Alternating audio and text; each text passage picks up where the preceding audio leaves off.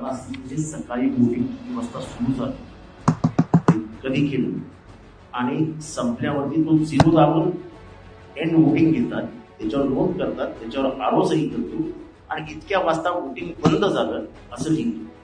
त्याच्यामुळे हे जे पत्र असतं काउंटिंग एजंट त्या मशीनशी टॅली करतो, की मशीनला तो टॅली करतो, त्या सह्या बघतो, त्या सह्या सगळ्यांसमोर केलेल्या असतात.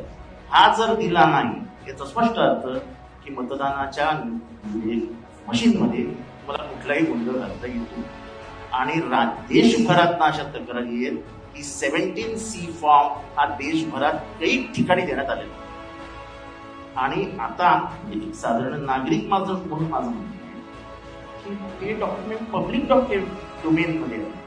जर 10 उमेदवारांकडे ते आहे तर ते पब्लिक डोमेन मध्ये तुम्ही ते अपलोड करून टाका आणि जगाला पाहिजे पाहू द्या की हा 17C फॉर्म हा असं झालेला आहे. त्याच्यामध्ये मॉर्फिंग होऊ शकत नाही, त्याच्यामध्ये काही वेगळं काही होऊ शकत नाही. निवडणूक आयोग लप्पाछपी करते, ते का करते ते आम्हाला माहिती.